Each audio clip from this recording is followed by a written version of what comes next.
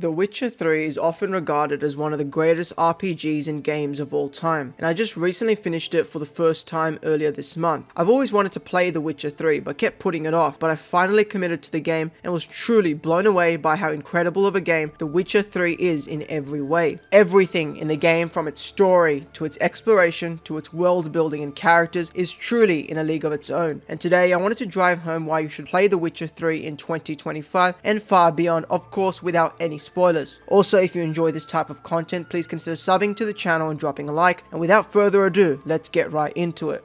The Witcher 3 might be over 10 years old now, but man does the game's presentational value hold up even today. The game got a next-gen update a few years back which added things like ray tracing and cleanup of some textures and models, but even in spite of that, this game truly looks otherworldly even today. It's the art direction that truly carries the game. It's not chasing the pure photorealism of games like Red Dead Redemption 2, but it's drenched in its own established world and atmosphere. The fog rolling in over a swamp at dusk, the golden glow sunsets at the game's starting area of White Orchard, it's all just breathtaking even today. It's a game that I was constantly surprised by how incredible it looks, and sat in awe in several moments just gazing upon the beautiful world handcrafted by CDPR. It's still crazy to me now after finishing the game that somehow The Witcher 3 still looks better than many games today, and maybe that's just the theme of 2015, with games like Batman Arkham Knight also holding up extremely well even now. Also, the music in the game as well is just top notch. Whether it's the Slavic inspired battle chants or the quiet melancholic strings that ring in your ear as you're riding through the game's countryside areas, the soundtrack is another aspect of the game that truly immerses you into this gargantuan world. It gives the game a soul of its own, and it adds to the immersion levels in ways I can't even explain. Furthermore, the game's voice acting and performances are equally as good as everything else in the game, and with a game with a story as good as The Witcher 3, this truly elevates the experience into a league of its own.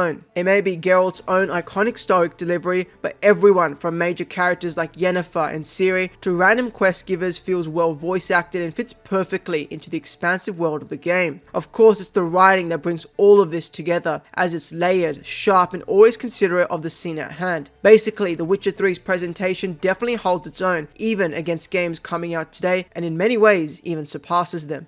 Now, what comes at the heart of the experience of The Witcher 3 is undeniably its story and characters. Of course, there'll be no spoilers within this section, and I'll just be doing a brief overview of the game's narrative and what the larger plot revolves around. Unlike what you may think, The Witcher 3 is not a game filled to the brim with grand stories of kings and war, and although that may be in there, the game is truly grounded in the plot of its own characters and universe. At its heart, this is a story about a father searching for his daughter, and that emotional core carries the entire game to levels far beyond the majority of games made. You play as Geralt of Rivia, a witcher, which is basically a monster hunter for hire, who's on a desperate search for his adopted daughter Ciri, and it's truly one of the most compelling narratives I've ever experienced in any medium ever. Geralt might come across as a cold, emotionless warrior on the surface, as a byproduct of his witcher mutations, but throughout the game you'll see his urgency, his frustration, and his unwavering need to find his daughter in every moment. I haven't even played The Witcher 1 and 2, but I connected to the story in this game in ways I rarely ever do with games, and it's really because of how the game's story is both epic in scale and deeply human at the same time. The game's main story will take you across large swamps, desperate cities, and jaw-dropping snowy mountains, and all of it is with a goal driven at the very start of the game. One of the greatest aspects of the story, which I think many of you may have heard of, is how the game handles its choices and consequences. Many games give players the illusion of choice, but The Witcher 3 truly delivers on it in a way most games don't even dare to attempt. The game's dialogue options all feel weighty, and the side quests aren't just there to fill up space, but many of them have better writing than some of the main campaigns in other games today. Some decisions you will make in minor quests will come back hours later to haunt you, and that level of reactivity in the game's story and world made it feel truly alive. Even the game's side characters are given an incredible amount of depth, and you'll see yourself connected to all of them before you know it. Characters like Yennefer, Dandelion, and Vesemir are beautifully written, with their own arcs, personalities, and complicated relationships with Geralt himself. The game's writing also never shies away from true moral complexity. There's really no perfect choices in this world, and everything feels grounded in the people and atmosphere of the world around you. Every choice feels impactful, and I often sat there wondering after selecting a dialogue option whether I really did the right thing. Of course, the game's wider world, from the region of war-torn Velen to the political undertones of Novigrad and the fairy tale-like landscape of Skellige, have its own flavor and story threads that feed into the game's broader narrative perfectly. To wrap up, for me personally, I walked walked away from the game's story not just mildly entertained, but emotionally moved by its consistently stellar writing, characters, and performances. Few games can pull off what The Witcher 3 does with its story, and it's a narrative that will stick with you long after the credits roll.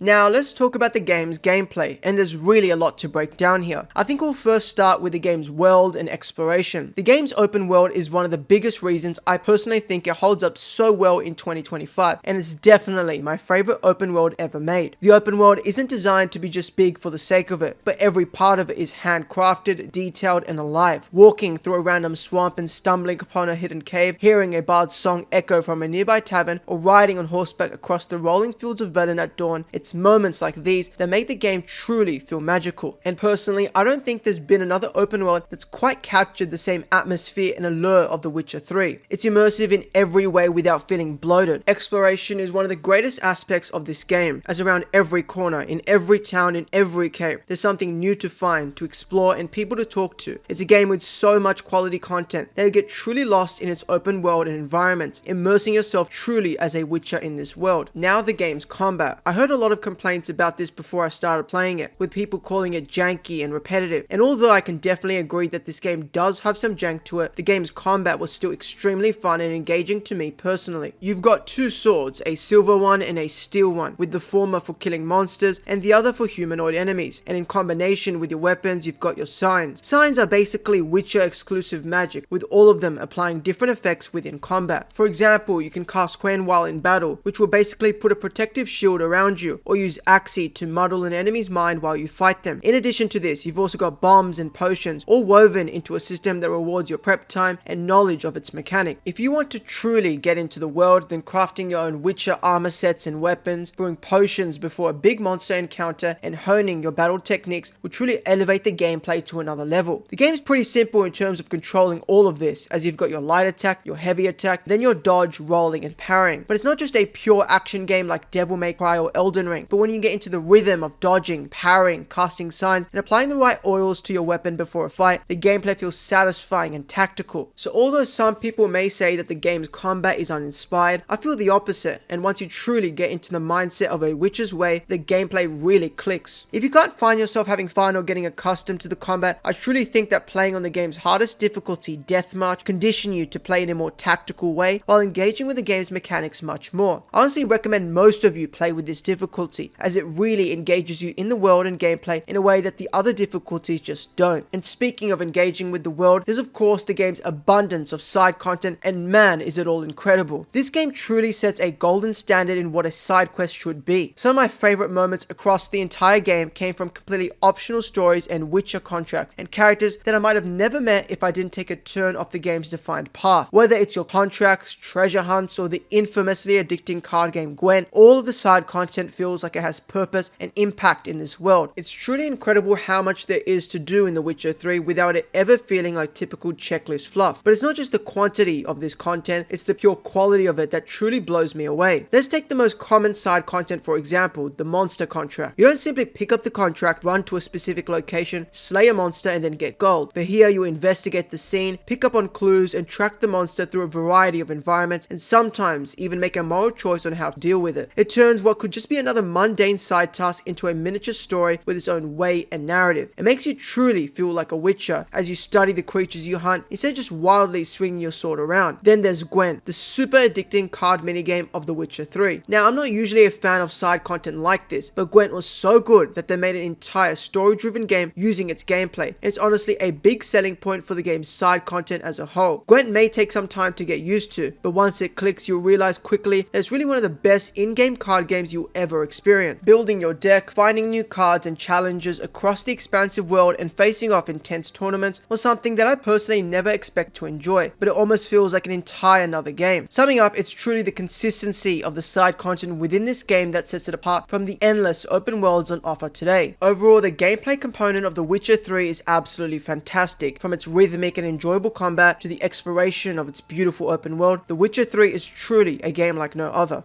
I also can't not talk about the game's 2 expansions, which I believe you need to buy and play if it's your first time experiencing the game as a whole. If you wanted more after finishing the game, The Witcher 3 doesn't just end when you roll the credits for the main story. The game has 2 full story expansions, and they're honestly some of the best additional content I've ever experienced in any game ever. First, you've got the expansion Hearts of Stone, a haunting, character-driven tale that takes Geralt down a darker path and features one of the best and most memorable antagonists I've ever encountered in a game. Then there's the game's expansion Blood and Wine, which is often regarded by many as the best game DLC ever made. Honestly, calling it a DLC feels wrong when you truly comprehend what it adds to the game. It's essentially a game in itself. You'll get a brand new region to explore, packed with its own quest, characters and storylines, all wrapped in a fairy tale-esque aesthetic that beautifully contrasts the darker tones of the base game. And yet, the story within the DLC carries just as much weight and depth than any other quest in the game, either that be side content or its main quest. It's amazing to me how CDPR put their passion into every single aspect of the game, as there really is no drop in quality from the game's main story to these 2 expansions. They're truly packed with their own wonder and genuine narrative brilliance that'll leave you just as stunned as all the other content on offer in the base game. So I definitely recommend that if you're playing The Witcher 3 for the first time in 2025 or even after, that you don't just get one of the greatest RPGs of all time, but get its 2 incredible expansions as well, which are all included in the game's complete edition.